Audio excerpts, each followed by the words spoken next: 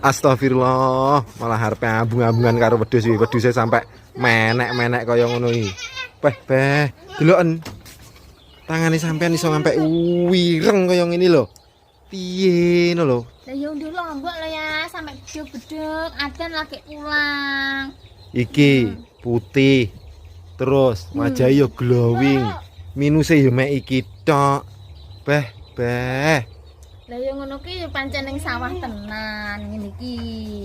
Jadi paling lek sing ngono kae ngonten-ngonten ngono kae ning sawah putih-putih glowing paling tenanan apa ora kae? Kok mek nunut ngonten tok. Pembohongan berarti ngono kae ya. Iki tenan ki. Wong putih terus ngarit nggih konten ngono kae berarti wong putih-putih glowing kuwi. Berarti ngapusi nang.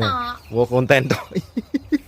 Iki lho lek sing ngasih mbok sak gawe contong sak mini. Lah kesuwen lek nite. Sikile yo ndak minus. Wajahe yo ndak minus.